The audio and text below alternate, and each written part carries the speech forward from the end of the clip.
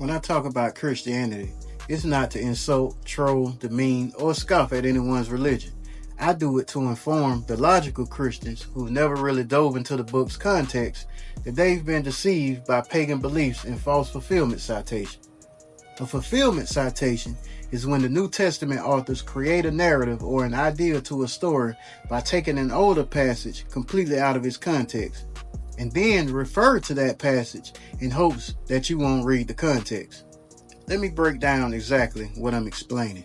For example, the Gospel of Mark is the first written gospel ever discovered. It has no virgin birth account. So the New Testament writers went back to the book of Isaiah chapter 7, where Isaiah gives Ahaz a future prophecy about a child being born from a young woman and named him Emmanuel. The context is clearly about a child being born during the life of Ahaz, who will signify victory in a war that Ahaz will fight in. So that means that the child being referred to will be born during the life of Ahaz. But the Gospel of Luke and Matthew take the story and create a divine birth for Jesus, when this is clearly mythology being created from a misinterpretation. As Matthew 1:22 and 23 says, "So it was fulfilled by the prophet. The virgin will conceive and give birth, and they will call him Emmanuel." The other parts they reference to validate this claim are from Isaiah 9:5 or 6 in the King James Bibles. Verse 5 of the Old Testament reads, "For a child has been born to us, a son given to us, and the authority is upon his shoulder. And the wondrous advisor, the mighty God, the everlasting Father, called his name the Prince of Peace." But what does the English version of the King James do? Pay attention. "For unto us a child is born, unto us a son is given, and the government shall be upon his shoulder. And his name shall be called Wonderful Counselor, the Mighty God, the Everlasting Father, the Prince of Peace." The church translators rearrange how the interpretation was worded. They put, "and his name shall be called," instead of "the Everlasting Father called his name." So now if this child or person is referred to as God, then it has to be Jesus. Here is another example. Hosea chapter 6 verse 2.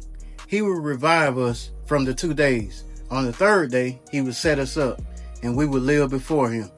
Now, if we were to read Mark chapter 9 verse 31, it says, "For he taught his disciples and said unto them, The Son of Man is delivered into the hands of men, and they shall kill him. And after that he is killed, he shall rise the third day." But to create a symbolism for their new doctrine, Jesus doesn't even stay dead 3 days and nights as he claims in the sign of Jonas, but rises on Sunday morning. But now if we were using a Hebrew sundial and counting days from sundown to sundown, how does that Sunday morning be considered the third day if Jesus dies Friday evening? But see, we have to understand that these events were written purposely to create a new Passover festival on Sunday, because it aligned with the same day that the Roman god Apollo was honored in the Roman world. But here's my last example. Matthew chapter 2 verse 15 reads, "And he was there until the death of Herod, that it might be fulfilled which was spoken of the Lord by the prophet, saying, Out of Egypt I have called my son." That particular verse was in reference to Jesus hiding in Egypt until Herod died. This account is only in the book of Matthew, in which they lie and say that Hosea chapter 11 verse 1 was a fulfillment for Jesus.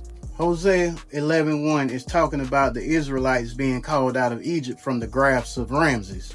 But the Christian hierarchy is preying on you all to remain ignorant enough to reject reading the Old Testament by telling you that the law is dead, and that the Old Testament is full of vain traditions and sacrifices.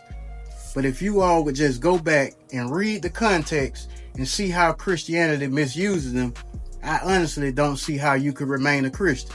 But no disrespect, that's just my humble opinion.